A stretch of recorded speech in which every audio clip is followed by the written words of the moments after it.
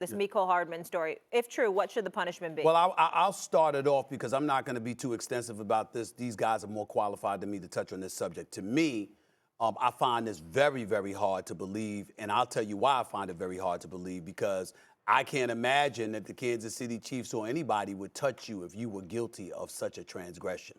If you are, that's damn near banishment. Leaking a game plan of your team to the opposition, if that is what the accusation is, and there's any truth to that, that's betrayal. That's betrayal to your teammates, to the organization, the whole bit. You don't do something like that. Yeah, I mean, it's just that simple for me, fellas. Again, I'll leave it to y'all to get more in depth about it, because obviously y'all are more closely connected to the game with your resumes and all. But I got to tell you, I mean, that is an egregious offense, and I can't imagine that Mecole Hardman would be guilty of such a thing. Yeah. Go ahead. Luke, Lou, go ahead, Lou. When you, look, when you talk about compromising the integrity of the game, if those kinds of accusations are true, I mean, I don't look. That's immediate suspension, without question, and a fine that. Look, I mean, I don't even know where you even begin. I don't even know what the precedent would be. I don't know if there is precedent if something like that was true. And Stephen A., to speak to your point, knowing how Andy feels about things of that nature, so to speak, you know, like stealing from your teammates, lying to him about things. Like I've heard him in team meetings, in training camps, kind of set the tone for the season as far as how he feels players should conduct themselves. And he's a very principled individual when it comes to being honest, competing fairly, protecting your teammates, protecting the game. And he can be very lenient when it comes to guys who make mistakes, you know, outside of the football compound, in terms of, you know, making mistakes due to your immaturity, having bad moments and stuff like that. And he has been someone who's been very forgiving and giving people second chances in that regard. But for something like this, if this were true and he had any idea about it, yeah, I would find it very hard to believe that he would invite him back to his football team as well. And because this is something, look, man, as a player, as someone who would, if I was a member of the New York Jets and if something like this was floating around or something like this was proven to be true, can you imagine, Woody, can you imagine the kind of fury and stuff you would feel inside that someone would give all of all the preparation, all of the work that you go through to try and win a football game, that someone would just say, hey, look, I'm pissed off at the organization. I'm pissed off at my play time. The hell with the rest of y'all. I'm just going to let the opponent, I'm going to give the opponent every opportunity to go out there and take food off of your plate, to take money out of your pocket by beating you. Come on now. Come on, you couldn't. I don't know if you could recover from something like that if it was proven to be true. Right. I just as a aside before I really jump into it is the irony in all of this is Zach Wilson probably had his best game against the Kansas City Chiefs. You know, with this whole story, he literally had his best game against the Kansas City Chiefs in that game. But you know, that's a whole nother story. But listen, I echo what Stephen A. and Lewis was talking about. I think for me, I don't know about the punishment aspect, because we all know, you know, when you talk about doling out punishment, you got to deal with the collective bargaining agreement, all those type of things. But I think for me, it's more so, bro, that's grimy as hell. Like you're on our team. I'm with you every single day. I'm with you more than I'm with my own family. And so just because you're disgruntled, you're going to leak our game plan to I don't give a damn if it's a team that you want a Super Bowl with. You're not with them. You leak the game plan to an opponent? Yeah. Like, why would it, like, you would be retrograde to me. Why would anyone want to touch someone like that?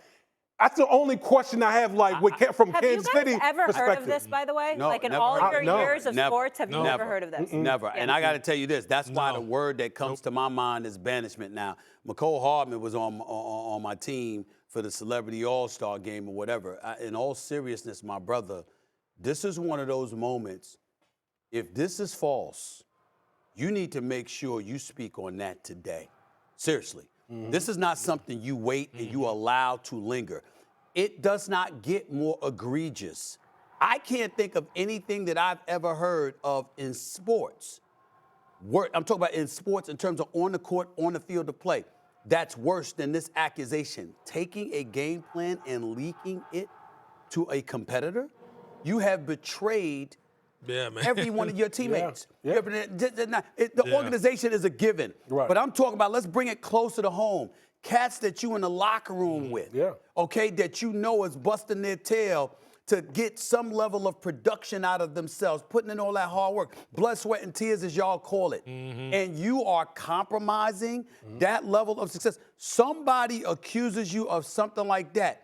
You cannot be silent. No. You cannot be silent. You cannot disappear. You can't leave it to a PR machine. You can't issue a statement or a tweet. Mecole Hardman, wherever you are, get in front of a camera, get in front of a microphone, and if this is not true, I'm talking about today. Get the hell in front of it and say, yo, this is a lie, this is false, this is not true. I would never do something like that, because any hesitation leaves room for doubt. And you can't be in a locker room when you are surrounded by cats who are doubting whether or not you would compromise them like that. You cannot do it. You cannot be silent, fellas. And you're going to cheat me? Well, let's be very give clear. The game plan to somewhere. Let's be very clear to crystallize it for the audience. We're not talking about a disagreement. We're not talking about an argument. We're not talking about you privately standing in front of the locker room and wanting to get in other people's face or something like that. No. That's not what we're talking about here. What this man has been accused of is having a game plan and feeding it to the opposition secretly. Right. Because the Jets believe that he leaked game plans. Let me tell you something right now. If you are Mecole Hardman, if the Jets, if there is a hole in their art, first of all, you got to speak on that immediately, like I said. That's grounds for a lawsuit. Seriously, if they are false, because that's a career ender, y'all. That's a career ender. What locker room could he possibly go in if somebody believes it's true? If evidence came out that this is remotely true, what locker room could he go in? Nah, he got to speak up today. And if the Jets are wrong, he got to consider legal action. Seriously. Because it doesn't get wild, man. I mean, a greater indictment than. Am I right, Lewis? Does it get any worse than this as an indictment against a player? No. I mean, no. You look. I mean, we can sit here and try to twist our brains in a pretzel to try and find the most articulate way to say this. But look, you boiled it down very simply. Look, the locker room is about trust. I mean, these are your brothers. I mean, I know we use that phrase a lot, but look, we know. And it's not just football. It's any sport. Right. Okay? You are out there when you're in a team sport, not an individual sport, but a team sport, where your success is dependent upon the guy next to you, and that guy is dependent on you. And you're giving the opposition keys to victory in order to put you in compromising situations, especially in a game as dangerous as football. Because it is a dangerous sport. Right. It's something we accept. But it's hard enough to excel at the game when the opponent doesn't know what you're doing. If he knows what you're doing, you're exponentially increasing the possibility that you could be put in harm's way and get hurt. Right. I mean, come on now. Look, check you can't do that. And here's the difference. Let me crystallize it for y'all from a reporter's perspective. When you are a reporter, remember, columnist, beat writer, I've done all of that, right? Every single locker room, there's somebody that's leaking information about something. It could be a fight in the locker room. It could be an argument that took place. Right. It could be how you feel after an outcome. There's always leaks on every team, in every sport. Don't let them lie to you. It is the absolute truth, okay? We know this. Yeah. That's entirely different than what we're talking about. This is not some argument or you leaking that, I couldn't stand the coach, or I couldn't stand this player, or that player got into a fight. No, I'm talking about potentially leaking a game plan to the opposition. That is a gazillion times more egregious than what I just mentioned. There is no comeback from that if you're guilty of such a thing. So he really, I don't believe it. I don't believe it for a second. I don't find that to be his character. I really pray that I'm right in thinking that way, because if I'm wrong and he's guilty of something like this, you can make a legitimate argument that his career in the NFL is over. simply because ain't nobody gonna want to touch him. There's nothing Yeah, worse. it's his trust. There's nothing worse. There's nothing worse. Yeah. All right. We'll leave it there.